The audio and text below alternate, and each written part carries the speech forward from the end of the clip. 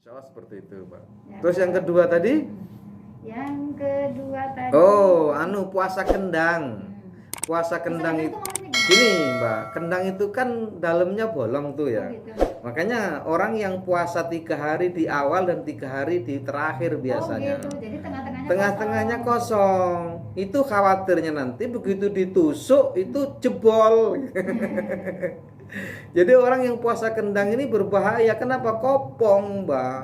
Nah nanti karena dia nggak padat itu api neraka masuk ke dalam itu gitu loh. Begitu kendangnya jebol masuk dia api neraka di situ. Karena memang puasa ini berat. Di sini latihan dahsyat, sebuah riyadhah yang tanpa batas sampai di dalam kitab Asrarus Syam. Ini cuplikan dari kitab Ihya Ulumuddin. Di sini disebutkan bahwa as-shaumu mumayyiz. Mumayyiz itu adalah ibadatun mumayyizatun, yaitu ibadah yang istimewa gitu loh.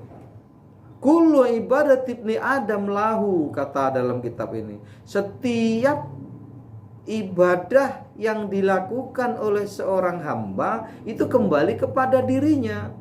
Sholat, Allah bayangkan nih, sholat di rumah dengan di masjid itu 27 kali lipat. Nanti begini ada di situ diterangkan. Orang yang sedekah 1 rupiah jadi 700. Ada orang yang haji mabrur masuk surga, ada digambarkan. Puasa enggak ada. Kenapa? Karena dia mumayyiz, istimewa. Nah, makanya kemudian hadis qudsi itu dilanjutkan, kullu ibadat ibni Adam lahu illa syam, kecuali puasa, fa innahu li wa ana ajzibi.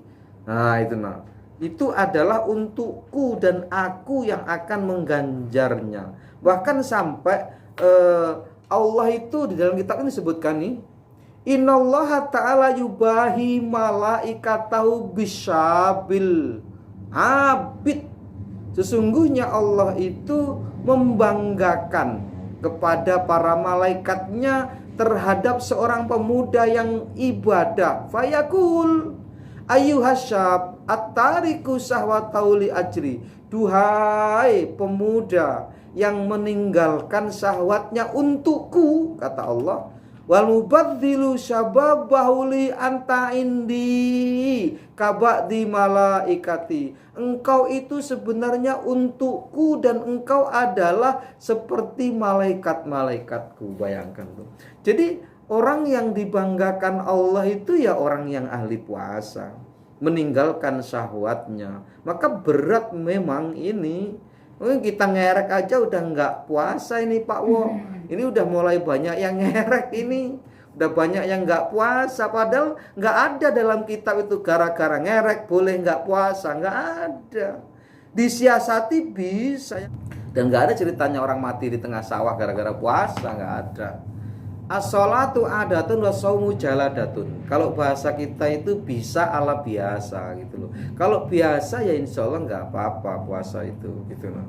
Insya Allah itu. Maka ya beratnya karena memang ini nggak ada ganjaran yang digambarkan oleh Allah. Tetapi dahsyat sampai Allah itu menciptakan sebuah pintu surga yang nanti yang masuk di dalam ruangan pintu itu adalah orang-orang yang memang gemar berpuasa dan selalu berpuasa di bulan Ramadan. Pintu itu disebut Ar-Rayyan.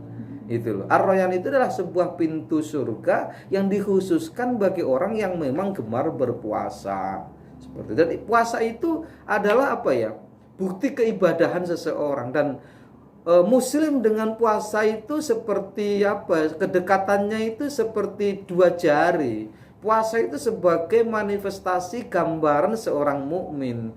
Puasa itu adalah bukti bahwa dia dekat dengan Allah. Puasa itu adalah bahasa batin terhadap dirinya kepada Allah. Puasa itu adalah olah kolbu, bukan hanya sekedar imsaku anil akli wasyurbi, bukan hanya sekedar dia ini bisa menahan lapar dan dahaga, tapi lebih dari itu. Makanya sampai di kitab Asrarus Shaum ini itu digambarkan kalau kita sampai diajak berkelahi pun di saat kita puasa, kita harus nyebut ana shaim.